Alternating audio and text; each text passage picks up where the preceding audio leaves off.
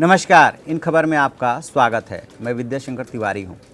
अयोध्या में राम मंदिर को लेकर के सुनवाई अंतिम और इंटरेस्टिंग दौर में पहुंच गई है। सिर्फ और एक दिन या 1.5 दिन बचा है।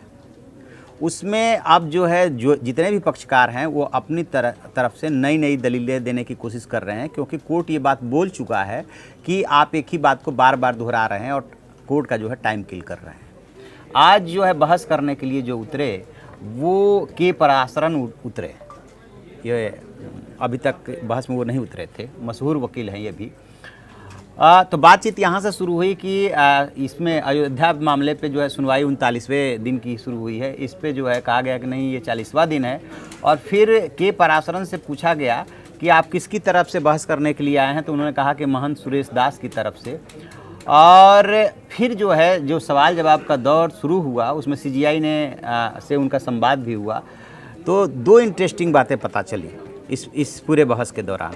एक तो ये बात हुई कि इन्होंने महत्वपूर्ण सवाल के पराशरन ने ये उठाया कि मस्जिद के लिए कई शर्तें हो सकती है। जैसे कि उसमें एक ये भी बात आती है कि वहाँ नमाज का अदा होना वहाँ ज़रूरी है रेगुलर, तभी जा कर के माना जाएगा। लेकिन मंदिर के लिए कोई ऐसी शर्त नहीं है, यानी कि मंदिर में यदि मूर्ति नहीं है तो भी मंदिर है, सिर्फ भवन है तो भी मंदिर यदि माना जा रहा है तो माना जाएगा, और कोई भवन नहीं है तो भी यदि माना जा रहा है तो माना जाएगा। उसके लिए ऐसा कुछ होना ज़रूरी नहीं है, एक बात। दूसरी जो उन्होंने बात उठाई है वो उठाई है कि क्या कोई आक्रांता या किसी दूसरे देश का शासक आ करके दूसरे देश पे कहता है कि मैं यहाँ के कानून को नहीं मानता और वो मंदिर गिरा करके मस्जिद बनवा देता है, तो इसको मान लिया जाना चाहिए।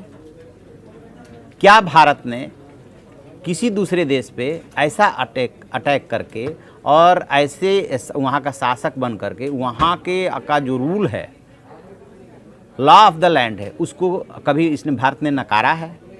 तो इस तरीके से तथ्यों के हवाले से उन्होंने ये कहने की कोशिश की है कि नहीं, भारत ने कभी ऐसा नहीं किया, कहीं पे भी नहीं किया, और जो बाबर था उसको भी ऐसा करने का हक लॉ ऑफ द लैंड नहीं देता है। वो कानून को इग्नोर नहीं कर सकता है, और यदि किया है तो उसको सुधारा जाना चाहिए, इतिहास के आईने से उसको निकाला जाना चाहिए, देखा जाना चाहिए।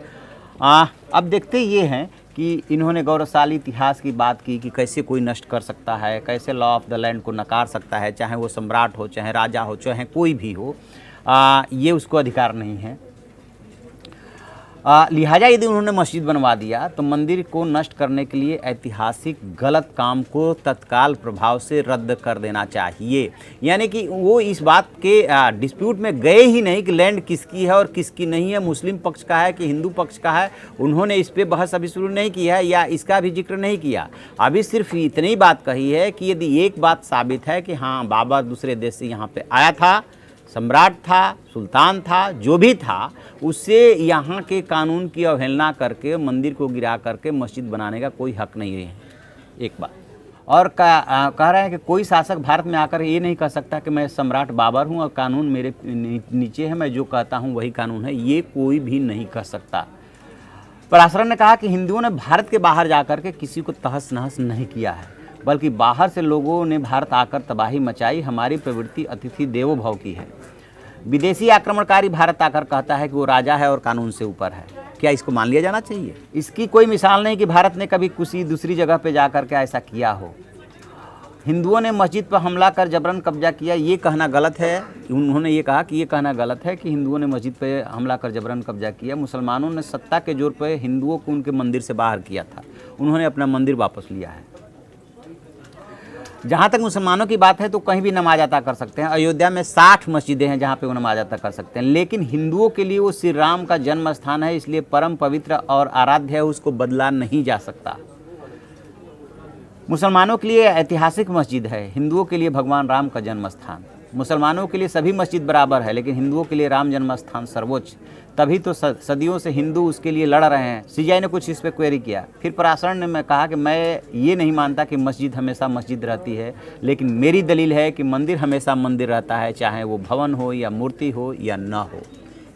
अभी बहस चल रही है, देखते हैं अभी और आगे इसमें क्या क्या तर्क दिए जाते हैं, मामला क्या क्या टर्न लेता है। लेकिन ये तय है कि बस कल भर तक का और समय है, उसके बाद इस पे सारी बहस कवायद बंद और उसके बाद कोर्ट का काम शुरू होगा फैसला लिखने का।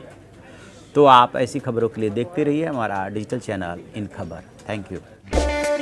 इन खबर चैनल को सब्सक्राइब करें और बेल आइकन दबाना ना भूलें।